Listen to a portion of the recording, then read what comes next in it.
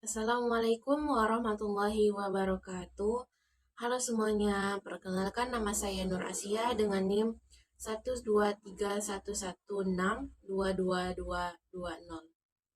Di sini saya akan membahas mengenai geostrategi Indonesia atau ketahanan nasional.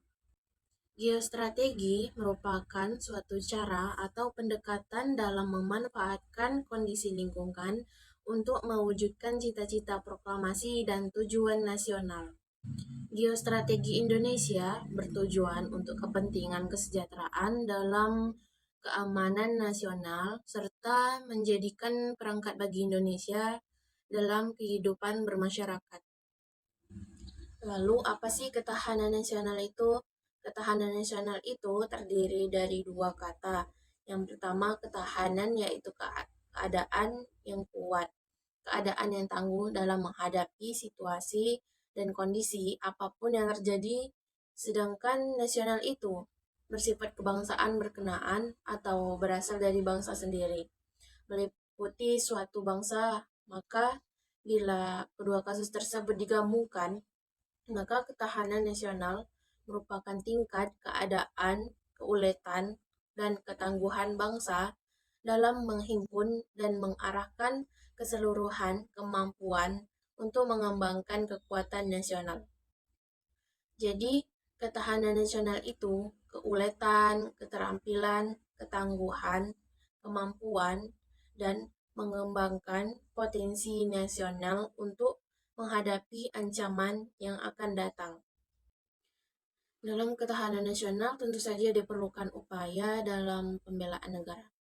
Bela negara adalah sikap, perilaku, dan tindakan yang dilakukan dalam rangka pertahanan dan keamanan negara dan mewujudkan dalam ketahanan nasional. Ajakan untuk bela negara sendiri tercantum dalam pasal 27 ayat 3 Undang-Undang Dasar NRI 1945 dan pasal 30 ayat 1 Undang-Undang Dasar NRI 1945. Bela negara sendiri ada fisik dan bela negara non-fisik.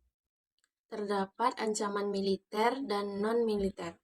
Ancaman militer sendiri dinilai mempunyai kemampuan yang membahayakan kedaulatan negara, keutuhan negara, dan keselamatan segenap bangsa. Adapun bentuk-bentuk dan ancaman militer sendiri. Yang pertama ada agresi, pelanggaran wilayah negara dengan negara lain, spionase, aksi teror senjata, serta perang saudara. Ada pula ancaman non-militer. Ancaman non-militer ini mencakup ancaman yang berdimensi pada ideologi, politik, ekonomi, sosial budaya, serta teknologi dan informasi keselamatan umum. Lalu ada beberapa contoh kasus ketahanan nasional. Yang pertama ada terorisme. Kasus yang terjadi, kasusnya terorisme ini di Polsek Asta Anyar, Bandung. Terorisme bom bunuh diri kembali terjadi dan menyasar pihak kepolisian. Aksi tersebut terjadi di depan kantor Polsek Astana Anyar, Kota Bandung, Jawa Barat pada pagi hari tanggal 7 bulan 12 2022, tepat saat para anggota polisi sedang melaksanakan apel pagi. Sebanyak 11 korban dilaporkan menjadi korban dari aksi tersebut dan menelan satu korban jiwa seorang anggota polisi.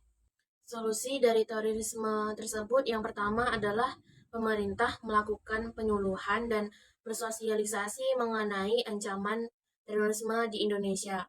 Kemudian, pemerintah melakukan pemekaran daerah di beberapa provinsi untuk mempermudah pengawasan, membangun kesadaran akan bertanggung jawab dan komitmen bersama meningkatkan kesiapsiagaan dan kewaspadaan semua komponen bangsa. Yang kedua, ada spionase. Kasus spionase yang terjadi adalah aksi spionase Australia. Aksi spionase Australia dimulai dengan kerjasama erat dengan intelijen Inggris Secret Intelligence Service atau SIS, atau yang lebih akrab dikenal dengan MI6 dan Government Communication Headquarter atau GCHQ. Seiring berjalannya waktu, Intelijen Australia juga berkolaborasi dengan Badan Intelijen Amerika Serikat Central Intelligence Agency atau CIA dan National Security Agency atau NSA. Ia menyebut soal bocorannya laporan sangat rahasia dari intelijen pertahanan soal Indonesia dan Timur Timur tahun 1999. Bocoran itu menunjukkan bahwa intelijen Australia memiliki akses yang luas atau atas komunikasi militer dan sipil Indonesia. Lalu solusi untuk kasus spionase sendiri adalah dengan memperkuat pertahanan, keamanan, kemudian menjaga kerjasama dengan negara lain, lalu meningkatkan sistem pengamanan jaringan komputer nasional sesuai standar internasional. Yang ketiga adalah kasus cybercrime. Salah satu kasus cybercrime adalah kasus Bjorka antara dendam dan ketahanan keamanan cyber di Indonesia. Kasus ini dilatar belakangi oleh Bjorka.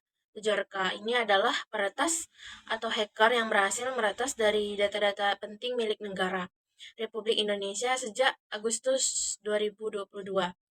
Lalu Bjorka mengungkapkan bahwa aksi yang dilakukannya itu merupakan bagian dari balas dendam atas kekecewaannya pada pemerintah Indonesia terhadap kebijakan negara tahun 1965 yang membuat teman baiknya tidak bisa pulang ke Indonesia.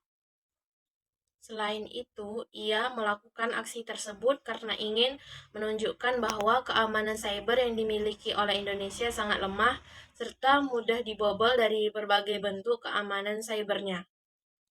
Lalu solusi dari kasus cybercrime ini adalah daerah harus lebih memperkuat keamanan cybernya sebagai tujuan dari ketahanan negara agar tidak mudah diretas kemudian.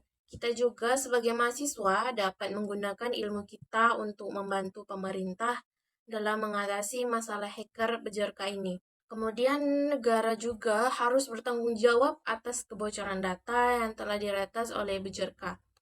Lalu yang terakhir, pemerintah harus membuat undang-undang tentang perlindungan data.